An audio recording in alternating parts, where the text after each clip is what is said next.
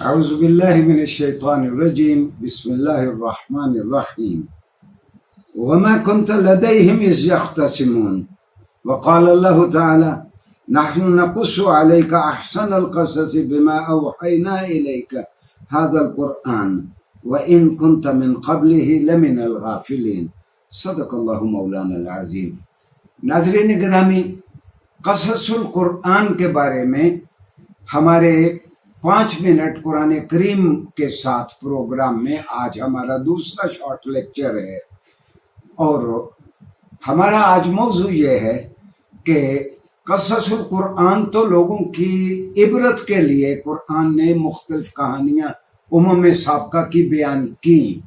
لیکن اس کا ایک اور بہت بڑا فائدہ ہمیں یہ ہوا کہ ہمارے پاس تو انسانوں کی تاریخ کوئی 1,500-2,000 سال کی انسانی تاریخ ہے، تو یہ پری ہسٹورک ایونٹس جو ہیں، انسانی تاریخ جو ہمیں معلوم نہیں ہے، اس کے بے شمار واقعات جو قرآن کریم نے بیان کیے ہیں۔ قرآن قبل از تاریخ کے واقعات کا سب سے بہترین سورس ہے۔ میں نے اس سلسلے میں 2 آیات کے حصے بیان کیے ہیں۔ جب حضرت مریم علیہ السلام کی کفالت کی بات ہو رہی تھی تو لوگوں میں جھگڑا یہ تھا کہ مریم کی کفالت کون کرے گا علیہ السلام کی، تو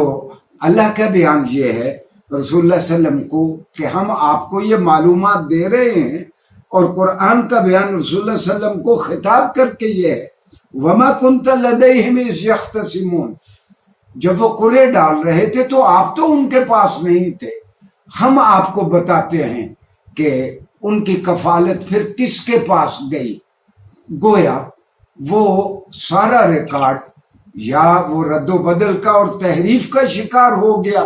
یا انسانوں کے پاس انسانی زندگی کا وہ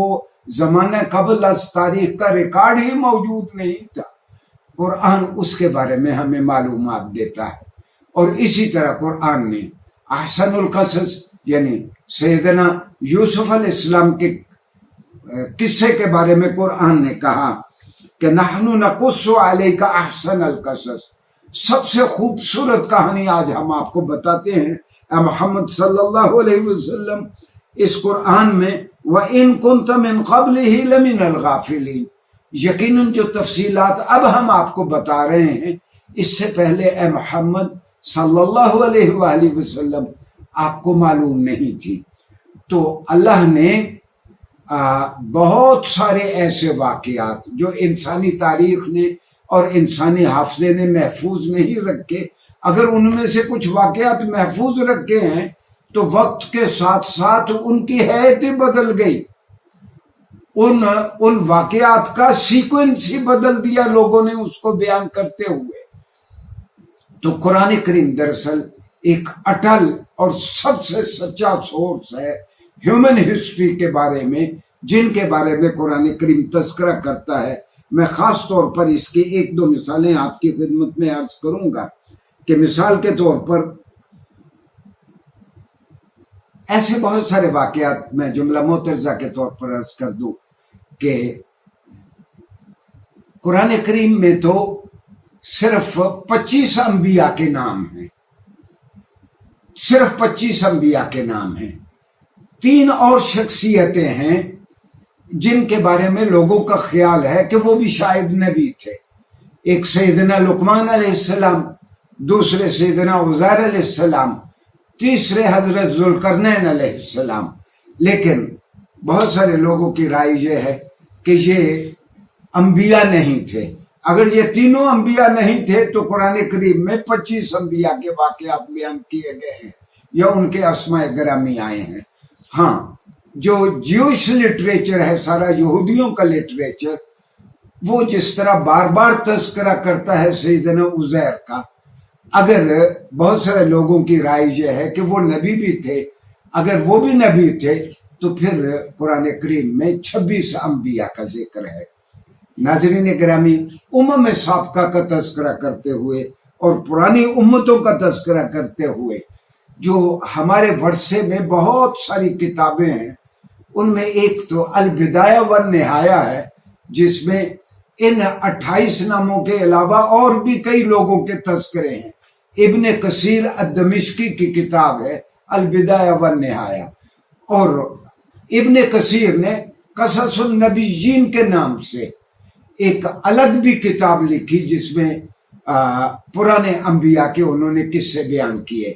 میں اپنے بچوں کو یہ بھی بتا دوں، اور پیرنٹس کو خاص طور پر جو اپنے بچوں کو انبیاء کی کہانیاں پڑھانا چاہتے ہیں، کہ حفظ الرحمان سیوہاروی نے اردو میں قصص الانبیاء، انہوں نے انبیاء کرام کے انہوں نے قصے اکٹھے کر دیے ہیں۔ بچے اور بھی بہت ساری فکشن پڑھتے ہیں، اگر انبیاء کرام کی کہانیاں پڑھیں گے تو اس سے ان کو انشاءاللہ بہت فائدہ ہوگا، اور یہ سمجھ آئے گی کہ انبیاء کن کن حالات سے گزر کر وہ کس طرح وہ ثابت قدم رہے، اور کامیاب ہونے کے لیے کس طرح کی ثابت قدمی کی ضرورت ہے۔ ناظرین گرامی، قرآن کریم دراصل جو سابقہ کا تذکرہ کرتا ہے، میں اس کی صرف ایک دو مثالیں عرض کرتا ہوں کہ بہت ساری کتابوں میں ریکارڈ ہی بدلا گیا۔ مثال کے طور پر بائبل کو اٹھا کے دیکھیں، بائبل بات کرتی ہے کہ جب طوفان نوح آیا تو یہ یونیورسل فلڈ تھا۔ اچھا، بہت سارے جیولوجسٹ اور ماہرین ارضیات کہتے ہیں اگر پرولونگڈ سبمرشن ہوتی، یہ کرۂ ارض تادیر پانی میں ڈوبا رہا ہوتا، تو پھر اس کرۂ ارض کی شکل اور طرح کی ہوتی۔ مجھے یاد ہے کہ بائبل میں ایک جگہ پہ لکھا ہے 40 دن لگاتار بارش ہوتی رہی،